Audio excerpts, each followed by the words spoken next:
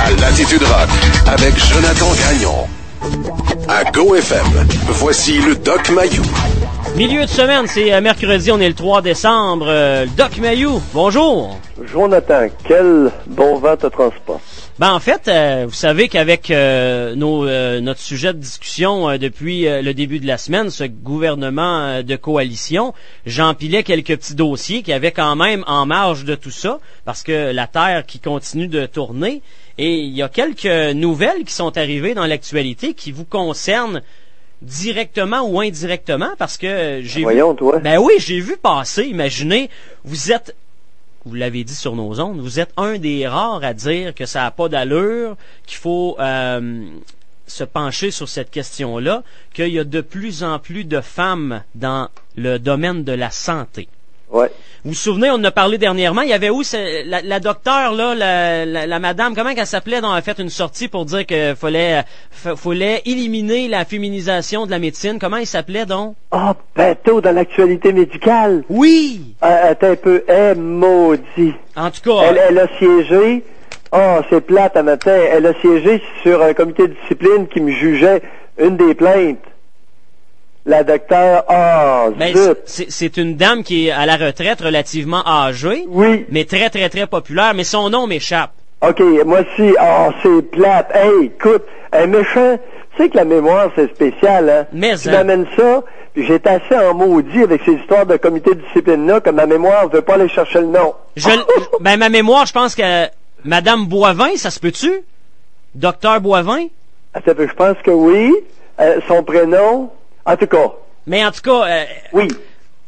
Elle avait parlé de 70 à 75%. Présentement, le portrait de la situation en médecine, c'est féminin. Oui. Et là, la nouvelle que j'ai sous les yeux, 80%, Doc. 80%. Jonathan? Oui. Catastrophique. Bon, mais... Catastrophique. Écoute, problème en vue, pénurie de services. Bris de service, ça n'a aucun sens.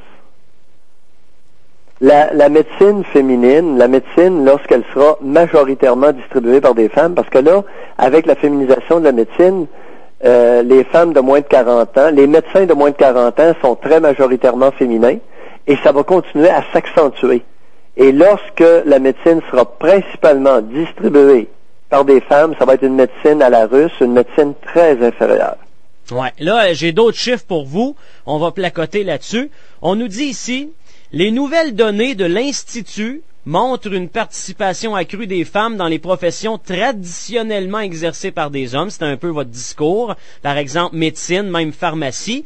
L'an dernier, les femmes représentaient 56% des médecins de famille de moins de 40 ans. C'est ça. Mais 16% de ceux de 60 ans et plus. Oui. Ouais. Alors, on assiste à un revirement, puis c'est un revirement de disponibilité, et comme les femmes tolèrent beaucoup moins le stress que les hommes, ça fait quoi? La médecine moderne est une discipline extrêmement stressante, extrêmement exigeante, mentalement. Ils font quoi là, tu sais, et il y a particulièrement, les spécialités chirurgicales, et d'urgence, la médecine d'urgence. Par contre, la dermatologie, puis la dermatologie, c'est pas tellement stressant, là. Ça, il peut y avoir des femmes là-dedans autant que des hommes, ça change rien, tu comprends? Oui. Mais des femmes à la tête d'urgence, il y en a très peu qui peuvent, comme médecin, occuper ce poste-là. Et de faire une bonne job, finalement, c'est ce que vous dites, oui. Là. Il y en a très peu, selon vous. Oui. OK. Et en psychiatrie, là, la plupart des femmes en arrachent beaucoup, particulièrement dans le traitement des gros cas. C'est très exigeant. Alors, traiter des gros cas de schizophrénie, c'est comme traiter des individus démembrés à l'urgence. Mais donc, dans le même ordre d'exigence mentale. Ouais, c'est ça. Puis ça se passe entre les deux oreilles, effectivement, là. Ah oui, c'est très exigeant. C'est du long terme. Okay. Ouais. Mais donc, la schizophrénie, là. Oui. J'ai vu également passer quelque chose. La date de ça, c'est quoi? J'ai tout ça. J'ai en date du 30 novembre, on dit la lutte contre le tabac nuit aux schizophrènes. C'est-tu vrai, ça? Oups, dans quel sens, là? L'interdiction de fumer dans les urgences psychiatriques décourage les schizophrènes de s'y rendre quand ils sont en crise. Oui, ça peut. Ouais. Tu sais, quand t'es psychotique, t'as plus de contact avec la réalité, puis la seule affaire qui te soulage, c'est de tirer une puff, là. La seule affaire que tu fais comme il faut, de façon adéquate, c'est fumer parce que l'organisme le réclame. Ouais. Et que tu prives la personne de ça, c'est sûr que c'est pas chic. Parce que t'as beau souffrir être atteint de schizophrénie, tu ressens l'effet de la nicotine, la même chose que n'importe quel individu, OK? Mm-hmm. Ah, ça, c'est animal. Si on habituait un chien à fumer, il demanderait à fumer quand son organisme lui dit « Donne-moi de la nicotine ». D'accord? Ouais. Parce que pour la plupart des êtres humains, la nicotine contenue dans le tabac est addictive. C'est-à-dire qu'il y a une assuétude, non, une dépendance. On est accro, Doc. Oui, accro. Bon, c'est ça le mot que je cherchais. Ouais. Alors, la personne atteinte de schizophrénie, qui est accro au tabac, peu importe les symptômes psychotiques et le déraillement du cerveau, ça demeure intact, cette dépendance-là au tabac. OK. Je veux parler, dernier point que je voulais aborder avec vous, on demeure dans le domaine de la santé. Ça fait un petit bout de temps qu'on n'a pas parlé de votre bon chum Yves Lamontagne du Collège des médecins. Oui. Il a fait une déclaration cette semaine dans nos bulletins de nouvelles, pas régional ici, là, mais on est affilié avec les gens de Corus, donc il a parlé aux gens de Corus. Oui. Le Doc Lamontagne, lui, ce qu'il dit, et c'est concernant toute cette histoire dont on a déjà parlé, Doc, ensemble, le fait que les médecins tournent de plus en plus le dos au Québec, ils veulent absolument rien savoir de venir travailler ici. Lui, il dit que c'est pas alarmant, c'est... Tu sais, c'est comme, à un moment donné, y aurait-il moyen de... Yves, son gros problème, c'est son jugement. Il n'y a pas un gros jugement. Alors, depuis 20 ans, il nous répète que l'augmentation fulgurante des femmes en médecine, rien d'inquiétant. Encore il y a quelques mois, il nous disait que ça humanise la médecine. Imagine, c'est comme si, en tout cas, ça c'est Maillet, OK? Il nous a dit en pleine face, Yves Lamontagne, qu'une femme en médecine, c'était plus humain qu'un homme en médecine. Sur ce point-là, qu'il aille s'entuber dans son petit rectum jusqu'à l'angle du côlon transverse. Est-ce bien dit? Ben oui, on voit l'image et c'est très très bien dit, Doc. Non, mais je me dis... Non, mais quelle imbécilité! Aller prétendre qu'une femme est plus humaine qu'un homme lorsqu'elle exerce la médecine. Faut-tu être innocent? Mais pourquoi? Des hommes humains, écoute, as-tu regardé Tout le monde en parle? Ah non, là, tu vas me faire pomper ce matin-là. Oh, en plus, avec là, Tout le monde en t'es parle. bien parti. Oui, c'est ça. As-tu regardé Tout le monde en parle dimanche soir? Oui, j'ai regardé. As-tu entendu Henry Morgenthaler? Ben, oui, il était là, effectivement. Ce gars-là, calvaire, a fait de la prison. OK? Il a été emprisonné. Il a été menacé de mort parce qu'il a permis aux femmes d'avoir droit de se faire avorter dans des conditions saines, non plus avec des broches à tricoter, puis de l'acide, puis ces cochonneries-là.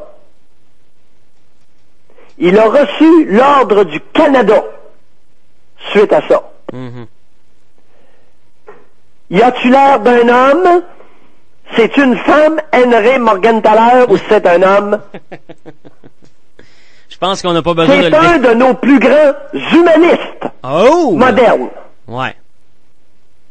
Trouve-moi une femme qui s'est battue comme lui pour le droit à l'avortement des femmes.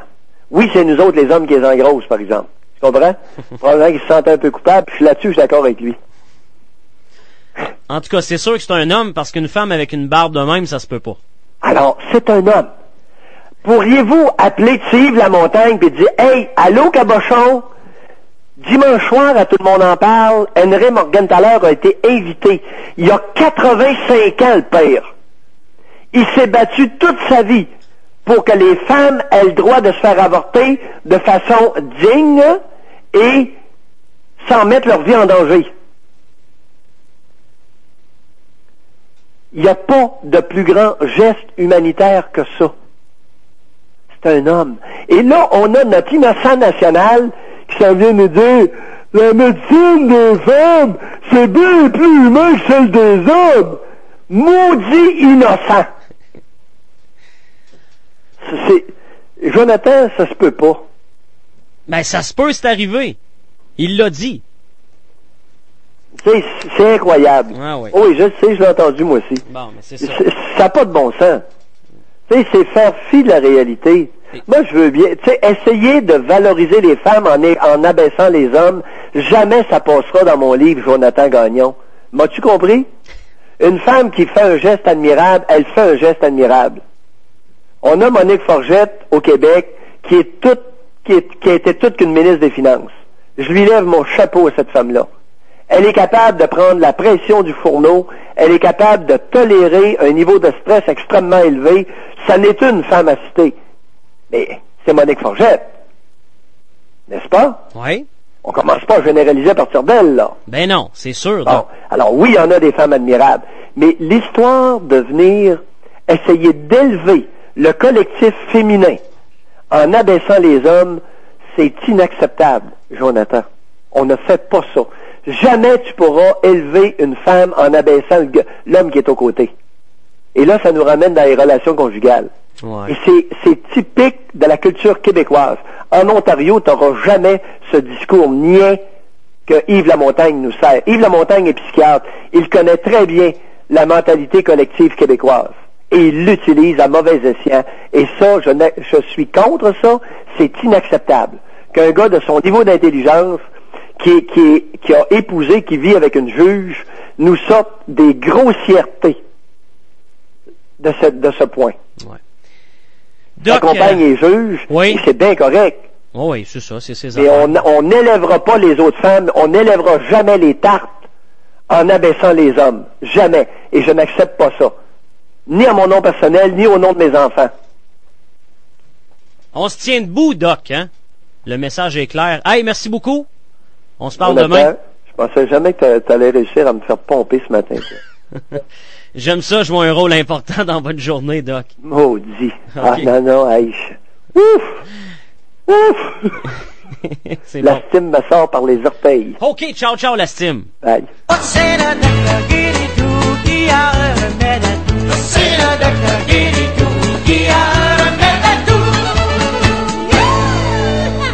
Le Doc Mayou. Du lundi au vendredi à 8h05 et 17h45. À GoFM. Latitude Rock.